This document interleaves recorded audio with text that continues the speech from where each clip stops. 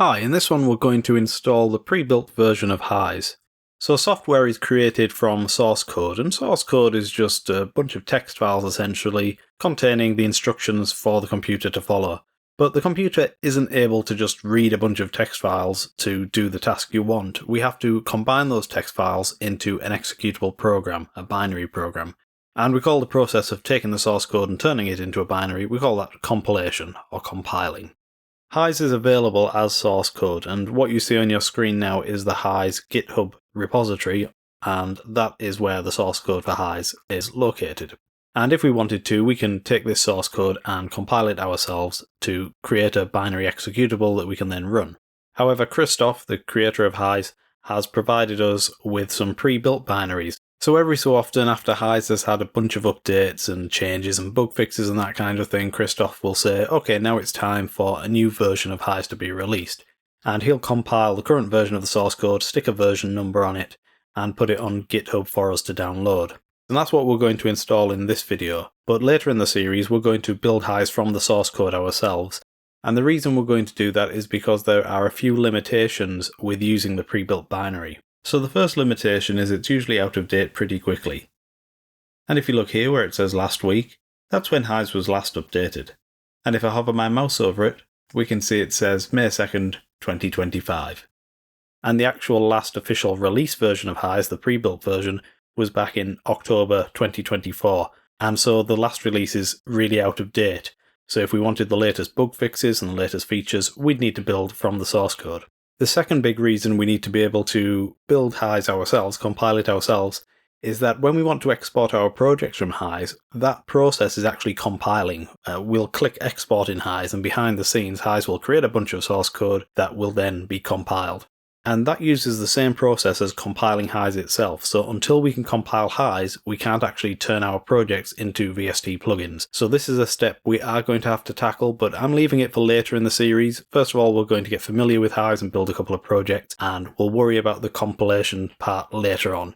The idea of having to compile the software can be a bit unsettling for some people, especially beginners. And even the first time I was introduced to HISE, that was really the first time I was compiling software for myself. Before that, I tended to use pre-compiled binaries, which is what most of us do day to day.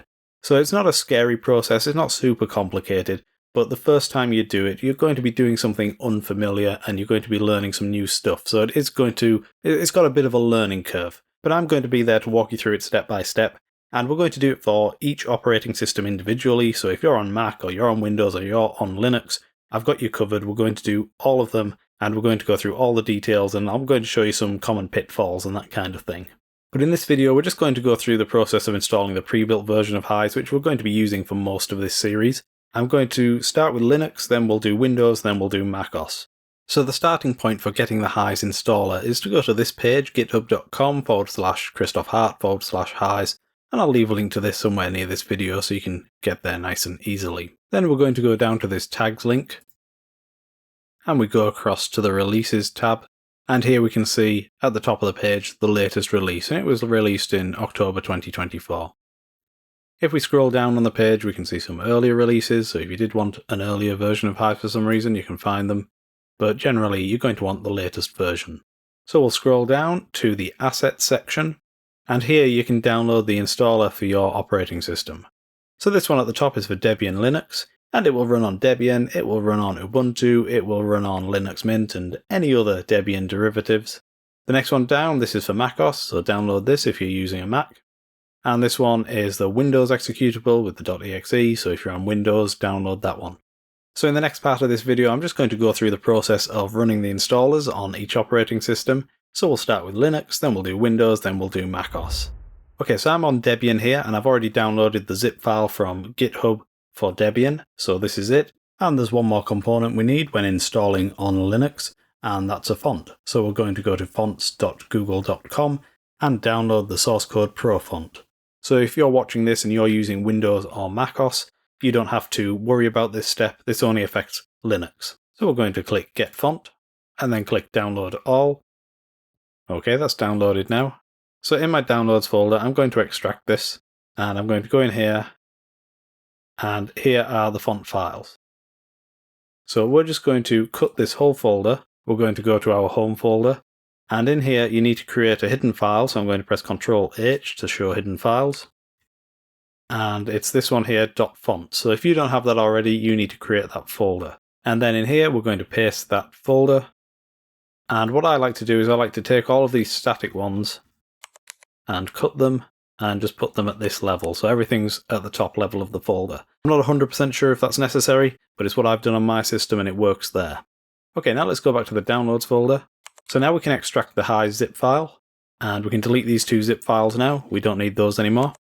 And this is what we get on Linux. It's just the HISE standalone application. And this is what HISE looks like the first time you run it on Linux.